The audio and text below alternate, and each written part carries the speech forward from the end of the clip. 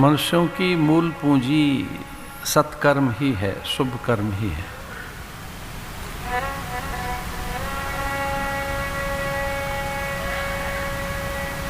शुभ कर्म ही व्यक्ति को सुख के सभी साधन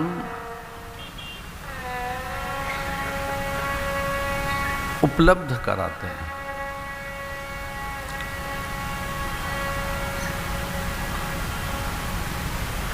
यश, मान, संपदा, अहलौकिक पारलौकिक अनुकूलता, समृद्धि, यश, प्रतिष्ठा, संतति अनुकूलता, संत सन्निधि, सत्संग, सत्कर्म प्रवृत्ति, शुभ कार्यों में रति, शुभ कर्म प्रीति, पारमार्थिक बुद्धि और अंततः भगवत प्राप्ति में जो सहायक हैं वे सत्कर्म ही हैं, शुभ कर्म ही हैं। यज्ञ, जप, तप आदि इनसे कभी हम विरत न हों, इनसे विमुख न हों। यज्ञ आदि साधन निरंतर होते रहने चाहिए। शुभ कर्मों में हम निरंतर प्रवृत्त रहें।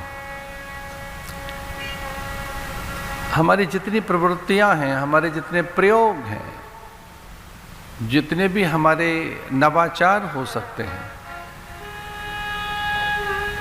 उनमें हम परमार्थ को ही प्रमुख रखें। इसलिए हमारी प्रवृत्तियों में परमार्थ प्रमुख रहे।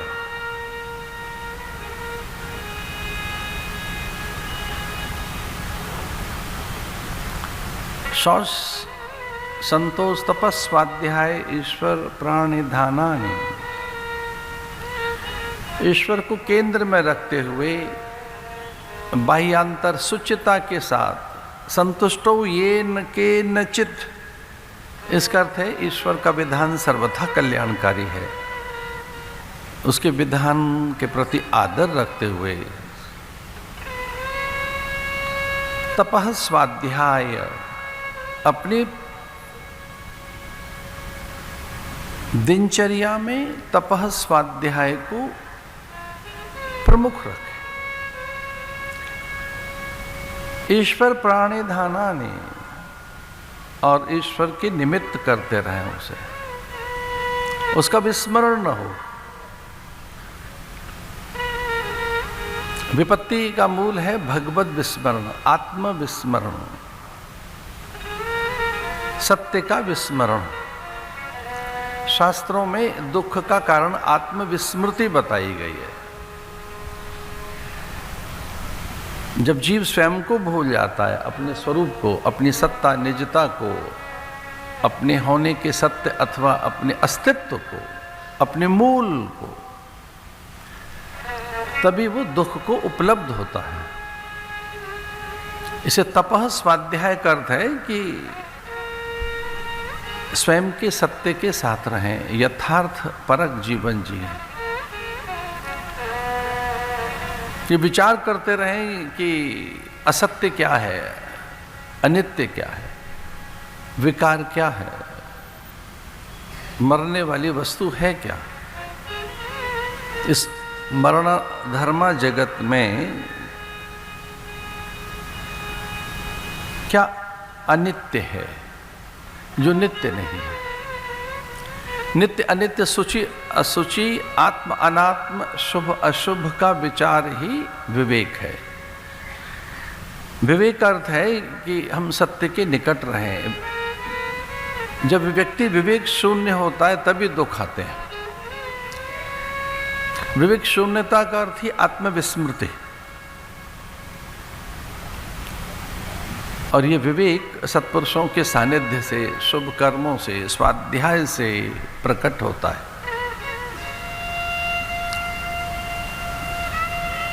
विवेक में शुभ कर्म भी बनते रहते हैं।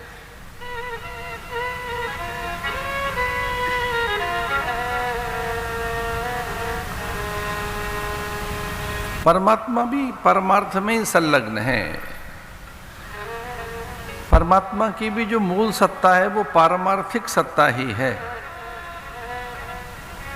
वेदांत के अनुसार जो परमात्मा की व्यावहारिक और प्रातिभासिक सत्ता है उसका मूल परमार्थ ही है पवन, प्राण, प्रकाश, आकाश, अन्न, जल, औषधि आदि के रूप में। अब वो पारमार्थिक कार्यों में ही संलग्न है। परमात्मा परमार्थ स्वरूप है। ज्ञान की सप्त भूमिकाओं में भी परमानंद और आह्लाद के लिए पहली भूमिका शुभेच्छा ही है। शुभ करते रहें, शुभ सोचते रहें। शुभ करते आत्मविचार। आत्म अनात्म का विचार आपको रहना चाहिए। इन भावनाओं से वो पुष्ट होता है, करुणा, मुदिता, मैत्री, उपेक्षा से। कारुणिक सुहृदय सर्वदेहि नाम, इसलिए करुणा को सहेज के रखें। मुदिता, मैत्री, उपेक्षा। उपेक्षा का अर्थ उपहास नहीं है, परिहास नहीं है, अवज्ञा, अवमानना, अवहेलना नहीं है। उपेक्षा का अर्थ यहां किसी की अवहेलना, अवमानना, अपमान नहीं है। उपेक्षा का अर्थ है कि तटस्थ रहें, निरपेक्ष रहें। जो हेय है, निंदनीय, त्याज्य, अग्राह्य, अमान्य है, अपूज्य है, उसकी उपेक्षा करते तटस्थ रहिए। जैसे नदी के किनारे आप नदी के साक्षी होते हैं, वह दुखी नहीं हो जाते नदी के वेग से, नदी की प्रचंडता से, उसकी मंथर गति से, या उसके किसी भी उसके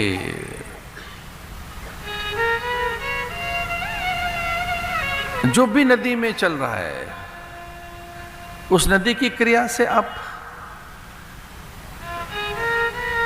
प्रभावित नहीं होते। इसे जो बह रहा है उसे देखते रहिए।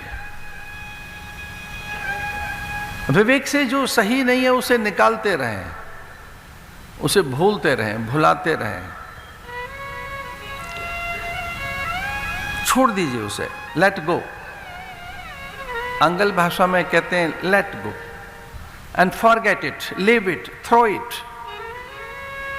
एक बहुत बड़ी विचार शक्ति के द्वारा जो सही नहीं है उसे निकालिए, तटस्थ होकर कि निंदनीय है, तभी शुभ रह सकेगा।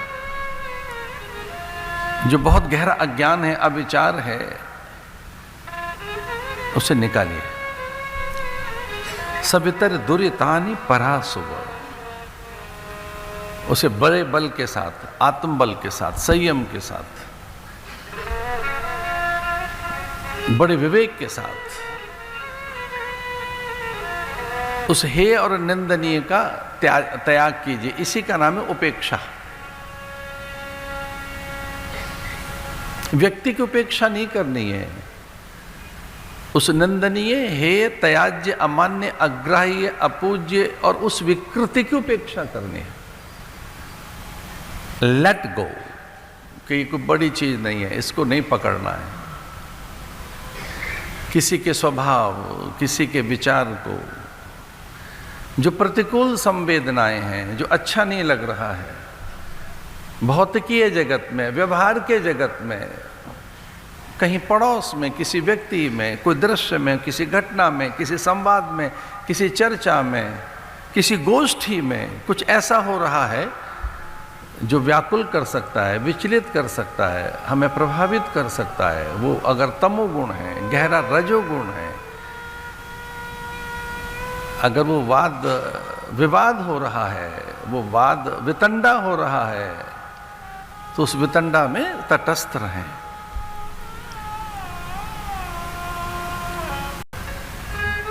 ठगे से रह गए दैत्य,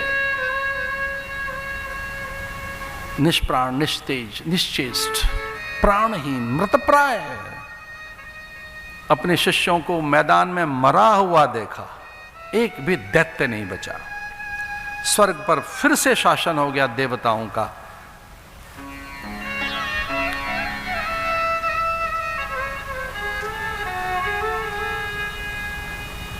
शुक्राचार्य ने मृत संजीवनी मंत्र से अपने मरे हुए दैत्य शिष्यों को जगाया, चैतन्य किया, उनमें फिर से प्राण भरे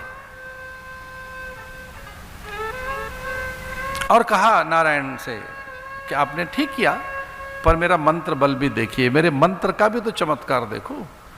एक और आपका अमृत, कि देवताओं ने अमृत पिया, पुष्ट होकर वो बलवान होकर मेरे शिष्यों को हराकर चले गए, पर एक ये मेरे मंत्र का भी चमत्कार तो देखो कि मैं अपने मंत्र से, मृत संजीवनी मंत्र से इन्हें जीवन दूंगा, इन्हें प्राण दूंगा।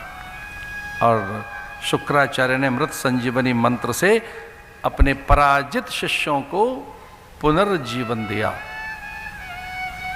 बलि बार बार कह रहा था, हे गुरुदेव आपकी कृपा से मुझे प्राणदान तो मिल गए, पर मुझे फिर से स्वर्ग कैसे मिले, मैं पुनः स्वर्ग का शासक कैसे बनूं, मैं फिर से कैसे वहां राज्य अधिकार प्राप्त कर सकूं। गुरुदेव ने कहा, अब तक तू छल करता रहा, युद्ध करता रहा, प्रपंच करता रहा, अब तू यज्ञ कर।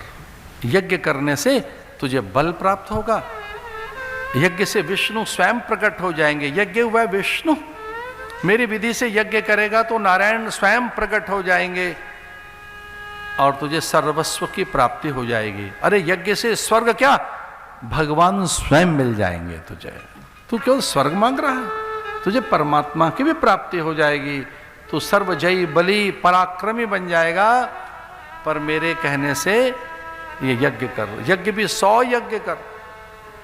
अब स्वाहाकार वृत्तियों से न केवल स्वर्ग को, ईश्वर को भी आधीन कर लेंगे। अगर तेरे 100 यज्ञ हो गए तो स्वर्ग फिर से मिल जाएगा और संपूर्ण सत्ता का शासक तू हो जाएगा। यज्ञ करने लगा। ओम अग्नेन सुपथाराय अस्मान विश्वानि देव विनानि विद्वान युद्धस्म जोहरान मेनो भूष्टान्ते न मुक्तिम विधे। अग्नि स्थापन की गई, अग्नि में आह्वान किया गया। गुरुदेव ने कहा यज्ञ फलीभूत तब होंगे जब इनमें कुछ व्रत रखेगा, अगर व्रत नहीं करेगा तो ये यज्ञ फलीभूत नहीं होगा। कौन सा यज्ञ? बोले अस्वाद, फलहार करके रहना है, अक्रोध। इन 100 यज्ञों में एक बार भी क्रोध किया तो यज्ञ निष्फल हो जाएगा। अक्रोध, अनिंदा, किसी की निंदा नहीं करेगा, अवैर, किसी से वैर नहीं रखेगा, दानम, कोई प्राण भी मांग ले तो दान देगा, दानम, शौचम, शुद्ध रहेगा बाहर भीतर से। और एक और व्रत बताया, बड़ा अद्भुत व्रत हो, आत्मभाव। ये बड़ा व्रत था कि आत्मभाव में रहेगा, शरीर में नहीं रहेगा, आत्मभाव में रहेगा। सब अपने जैसे ही हैं, विनम्र रहेगा, सेवा भावी रहना, निंदा मत करना, क्रोध नहीं करना, और अस्वादम, अन्न नहीं खाना है, फल खाकर ही रहना, निद्रा को जीत कर रखना, शील को संभाल कर रखना है, पवित्र रहना है, मनसा वाचा कर्मणा, किसी को कष्ट न हो। दानम, और जो द्वार पर कोई आए तो उसे मन वांछित वस्तु देनी है, जो वो मांगे वो देना, मनवांछित पदार्थ देना है।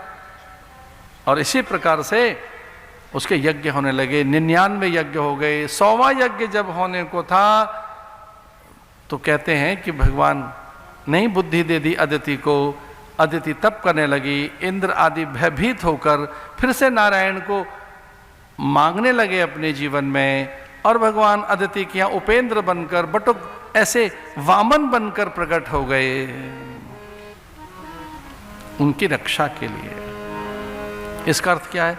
99 यज्ञ तक देवता अपनी रक्षा का कोई उपाय नहीं ढूंढते, भगवान के भरोसे हैं, राम भरोसे। और फिर 99 यज्ञ जब पूरे हो गए तो बलि पुष्ट हो गया। अब भगवान वामन को बुलाया गया। भगवान वामन प्रकट हुए और ऐसा कहते हैं माँ ने लंगोटी दे दी, कौपीन दे दी।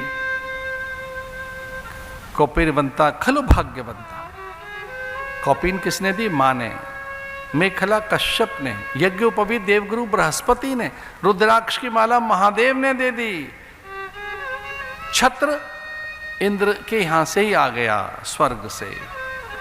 अपना कमंडलू हाथ में से अपने कमंडलू को दे दिया ब्रह्मा ने नारायण को, बटुक को, वामन को, कि मेरा कमंडलू ले जाइए भिक्षा के लिए।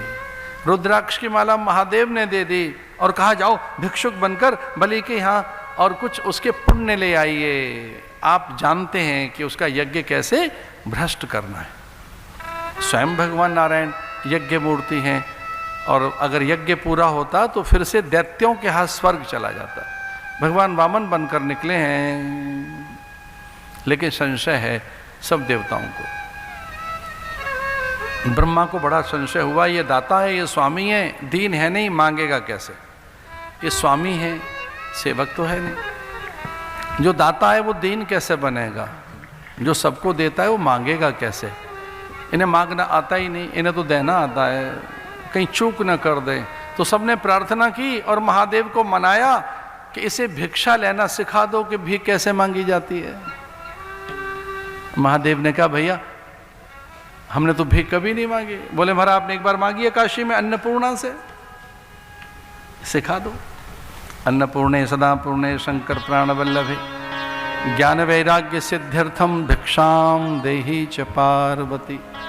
और महादेव ने बताया कैसे भिक्षा मांगी जाती है।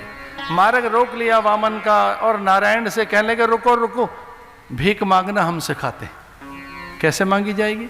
बोले जिस यजमान से मांगा जाता है उसके पुण्यों की प्रशंसा की जाती है, उसे बड़ा बताया जाता है। दान ऐसे नहीं लिया जाता, पहले उसकी प्रशंसा की जाती है। तो जिसके द्वार पर जा रहे हो उसकी प्रशंसा करना, बताना कि विरोचन ने कितने यज्ञ किए तेरे पिता ने। विरोचन के पिता प्रहलाद ने, उसे बताना कि कितने बड़े बड़े यज्ञ हुए हैं विरोचन के द्वारा, प्रहलाद के द्वारा, हिरण्याकश्यपु के द्वारा, उसकी प्रशंसा करना।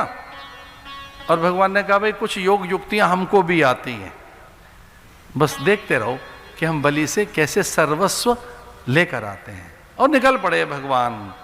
कहाँ निकल पड़े? बलि के यहाँ।